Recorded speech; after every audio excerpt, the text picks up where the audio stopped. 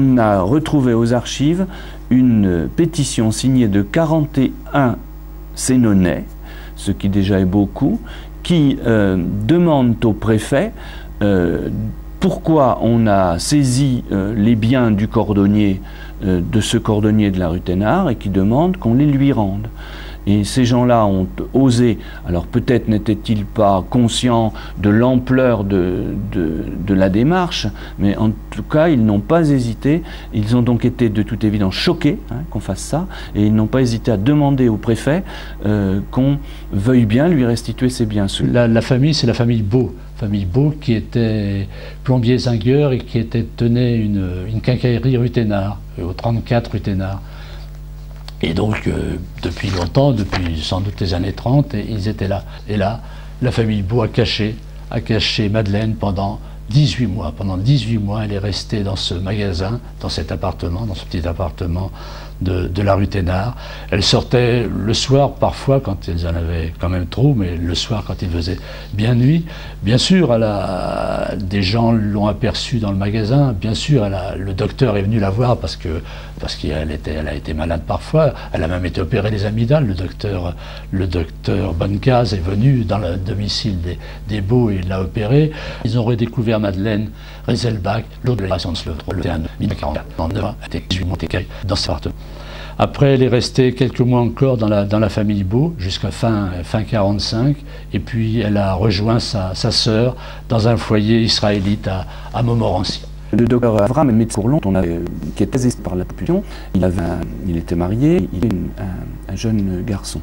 Alors le docteur a été mobilisé, il a fait la guerre, la campagne de 39-40, il a été démobilisé, ensuite il est rentré à Courlon. Alors il avait demandé de travailler en premier français, on lui a refusé, alors on a les demandes officielles, on lui a refusé parce qu'il a eu du mal à revenir à Courlon parce qu'il était allé en zone sud, et quand il a demandé à revenir à Courlon, on lui a dit que les Allemands ne voulaient plus de Juifs en zone nord. Finalement, il est revenu et il a repris son travail de médecin.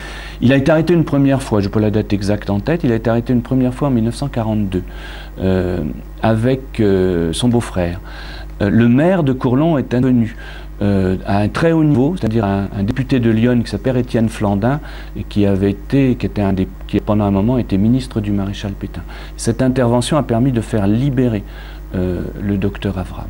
Et il a continué à exercer ses fonctions à Courlon.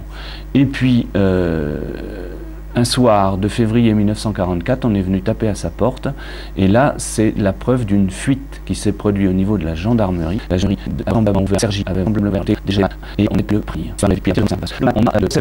Tout est fermé, visiblement, ils sont allés se cacher à l'hôpital de Provins, et puis l'enfant, le garçon, a été, par l'intermédiaire d'un dentiste de Sens, a été se réfugier chez un autre médecin du département de Lyon.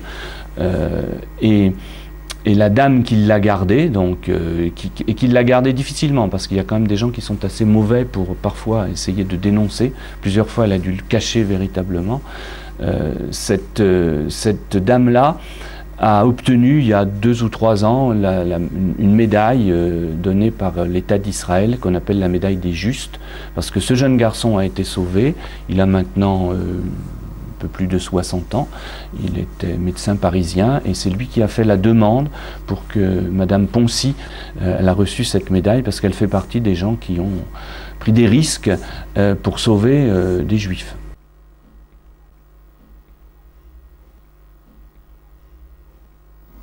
Avec sans doute une petite marge d'erreur possible, on peut dire que sur les 300 personnes juives qui vivaient dans Lyon, on va dire au début de 1942, au moins la moitié sont mortes dans les chambres à gaz d'Auschwitz.